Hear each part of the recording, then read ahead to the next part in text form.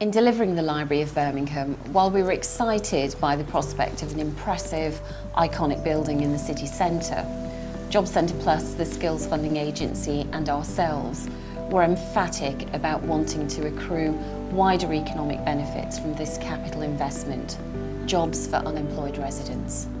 Through a process of early negotiation and co-production with Carillion, we developed together a targeted recruitment and training agreement which became an addendum to their contract for delivery. 250 jobs with 25 apprenticeship places. I think it would be fair to say that the project has exceeded our collective expectations for us as the local authority, but also for Carillion and MCOR and the vast array of supply chain companies who engaged with us to deliver what was a very ambitious target.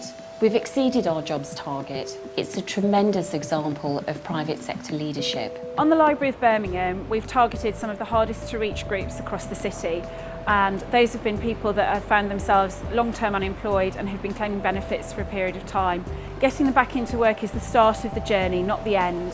It's about giving them the training that they need so that they can then go on to enjoy continuity of employment. During the course of the project, we delivered 25 apprenticeships in the first year of construction, and so agreed collaboratively with the council that we would expand that target to 75. This represented a 300% increase on our original commitment. We felt that there was something more we could do, and so we applied with the Employment Access team to be a national skills academy for construction. So it meant that we went out into schools, we've upskilled the workforce, offered them access to MVQs and qualifications, supervisor training, a whole range of things. The Employment Access team and Carillion have given us as MCOR, I think, far more visibility to create an opportunity to recruit more diverse people. We've created over 55 opportunities and the 12 apprenticeships. And we've had some really, really good examples where we've got graduates now that we wouldn't have necessarily had access to recruit prior to the steering group and the Employment Access team. So in terms of supply chain involvement, it's been an absolutely fantastic take-up from those guys. And I think that's something, again, we can carry on going forward as a business to the next job and to the next job. As far as Horbury Group are concerned, the concept that has been adopted here and the facilities we've been provided in the employment team and Sinead, we would look to move forward and try and use the same system on other contracts that we're working on, particularly in this area. I think nationally there are an awful lot of schemes of a similar basis that don't provide the collaboration and as a net result of that don't get the local labour set on to the extent that it's happened here. Companies and councils ought to look to adopt this type of policy. We've also had the opportunity to employ 3 young apprentices. Most of them had been looking for work for 2 to 3 years without being able to find it. This scheme's meant that they've found jobs and hopefully they'll stay with us for some time. I came originally as just a general site labourer. I had an interview for the job, got the job. As I progressed, I was offered the chance to go on a course to gain more qualifications. I've done that and quickly became an assistant supervisor. This opportunity's changed my life quite a lot. I'm in full-time employment. I can see employment in the future. Horbury have supported me a lot. They've been nothing but supportive. They paid for me to do the course to become the supervisor. They've paid for me to do training to use scissor lifts and erect K-guard and scaffolding. So they've been nothing but supportive. Yeah, I'll have to say thanks to them for that. Being an apprentice is amazing. You're earning while you're learning.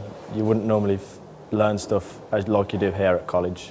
It's given me social skills, not only that, but I've learnt skills to do with work, like putting up containment, wiring things, changing things like that. Nowadays, there's not many jobs for young kids out there, and I've managed to get one myself and have a bit of money. I wanted to be an apprentice because it's not just a job, it's a career. You go on to do it for many years after and learn so many different things.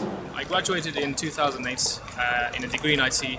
And for a year I tried to look for different jobs. I was noticed by the Employment Access team, which picked up on my CV. And they passed on my information to MCOR Engineering. I worked for MCOR for a good year and a half. I had an amazing time. The people I worked with were amazing. what it's led me to is one where now I understand that all I have to do is apply myself, and so it's a natural climb. It's good being an apprentice because you have to gain a lot of self-respect and trust with the company you're working for, and the impact it's had is past hasn't been great, and it's just been able to get you out there. And the skills I've picked up is obviously bricklaying trade, and looking forward to the future and knowing that I've got that skill there. I'd recommend to be an apprentice to others because they help you out a lot, and there's never one bad thing where they don't look out for you. It just makes you out to be a better person, and a lot more people give you a lot of respect if you show that you're willing and you're keen. And it's just knowing that you've got that pride and the respect off other people and off elders. It's a lot better for yourself. Working with MCOR and our other key supply chain partners, that's been really critical, and I know MCOR have taken on probably the largest volume of local people and training and other activities within what we've been doing on the project. Absolutely. Yeah, and I think because it happened so early, the sort of larger subcontractors on the project have been able, like we have, to then cascade it through our supply chain as well. Yeah. And that's because it was so early we could write it into contracts. I really feel as if you've made a difference to people's lives as well. You know, we've got people into work on their own merit, but we've brought those opportunities forward to those target client groups in Birmingham, unemployed residents, and they've really sort of embraced those opportunities. You've already started to set that up with your building jobs in Birmingham. That's right. Yes, that's right. In terms of the legacy, employment opportunities will continue after Carillion have left site and the library's built. Building Jobs in Birmingham provides a platform for us to upskill or reskill new entrants to the construction sector over a longer period than perhaps the short or single work package will allow. This supports qualification and skills attainment and keeps people in work, earning an income and safeguarding jobs. Projects like this set a high benchmark for others to follow. It will strengthen our future business collaboration and help us reduce unemployment in Birmingham. In respect to team working and the local employment challenge, that's been a real benefit to the project that we didn't foresee. You can see that we are giving something back. You realise that it's actually brought people together, not just in the office, but actually everybody on site, because you realise you are making a difference to people's lives. For me, I think the best bit has been those personal journeys where you can see the input that you've had and the effect that it's had on individuals. I think the true legacy of what we've championed in Birmingham on the library project is that it is sustainable, it's transferable to other projects, and everybody can do it. We've worked with the Employment Access team. Any project in the city can deliver targets the way that we have. And by recognition of this has been with the Guardian Sustainable Business Award that we received, and that was under the social impact category. And that wasn't just about employment opportunities that we'd created, it was about working with homeless people, working with hard to reach groups, going into prisons and seeing how we can support people on their journey back into society and really improve their aspirations and the aspirations of the communities that they come from. And so what we've done hasn't just helped individuals, it's helped whole communities, and really it's something that Birmingham can be proud of and something that they can continue to deliver once the project comes to a close.